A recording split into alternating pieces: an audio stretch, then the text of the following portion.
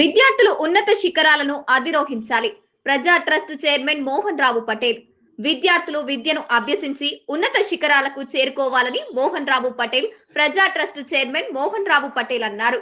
మండల కేంద్రమైన ముదోల్లోని జిల్లా పరిషత్ ఉన్నత పాఠశాల, శ్రీ సరస్వతి శిశు మందిర్, రవీంద్ర పాఠశాల, కేజీబీవి మైనార్టీ గురుకుల పాఠశాల, సాంఘిక సంక్షేమ గురుకుల పాఠశాల, గిరిజన గురుకుల పాఠశాల, మహాత్మా జ్యోతిబా పూలే గురుకుల పాఠశాలలో 10వ తరగతి చదువుతున్న విద్యార్థులకు మోహన్ రావు పటేల్ ప్రజా ట్రస్ట్ ఆధ్వర్యంలో స్థానిక నాయకులతో కలిసి స్టడీ మెటీరియల్ అందజేయడం జరిగింది. ఈ సందర్భంగా ప్రజా ట్రస్ట్ చైర్మన్ బోస్లే మోహన్ రావు పటేల్ మాట్లాడుతూ ప్రతి ఒక్కరూ క్రమశిక్షణతో మంచి విద్యాబుద్ధులు నేర్చుకోవాలని సూచించారు. ఉపాధ్యాయులు నేర్పించే పాఠాలను శ్రద్ధతో విని ఉన్నత విద్యావంతులుగా ఎదగాలన్నారు.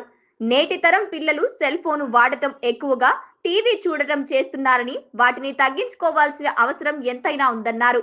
విద్యార్థులు కష్టపడి కాకుండా ఇష్టపడి చదివితే మంచి ఫలితాలు సాధించవచ్చన్నారు. ఈ కార్యక్రమంలో స్థానిక సర్పంచ్ షాబానా బేగం ఎజాద్ ఉద్దీన్ ఈ కార్యక్రమంలో స్థానిక సర్పంచ్ షాబానా బేగం ఎజాజ్ ఉద్దీన్, ఉప సర్పంచ్ కోరి లావణ్య సాయినాథ్, పిఏసిఎస్ డైరెక్టర్ సుదర్శన్, మాజీ ఎంపీపీ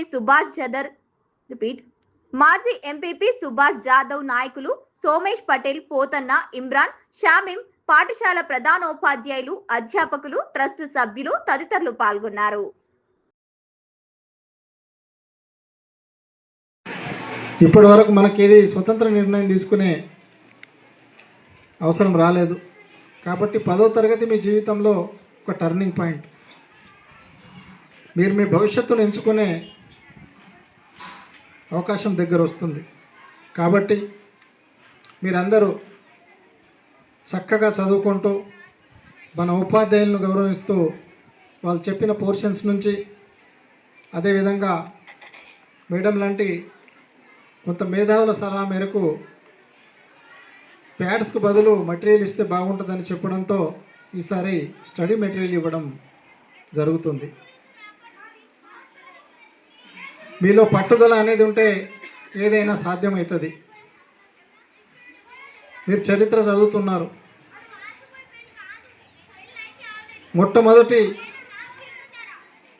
ఉపాధ్యాయురాలుగా సావిత్రిబాయి ఫులే అయినారు. మీకు తెలుసా? ఎందుకంటే మీరు జ్యోతిరావు ఫులేలో చదువుతున్నారు కాబట్టి సావిత్రిబాయి ఫులే మొట్టమొదటి ఉపాధ్యాయురాలుగా అయినారు. అదేవిధంగా మొన్న మన దేశంతో పొరుగు దేశం వారితో యుద్ధం జరిగినప్పుడు మన రక్షణ శాఖ అనుకోండి, ప్రధానమంత్రి అనుకోండి, 2 మహిళలకు ఆపరేషన్ సింధూర్ బాధ్యతనిచ్చారు. సోఫియా ఖురేషి, అదేవిధంగా వ్యామోహికా సింగ్ అనే 2 కమాండర్లకు బాధ్యతనిచ్చింది.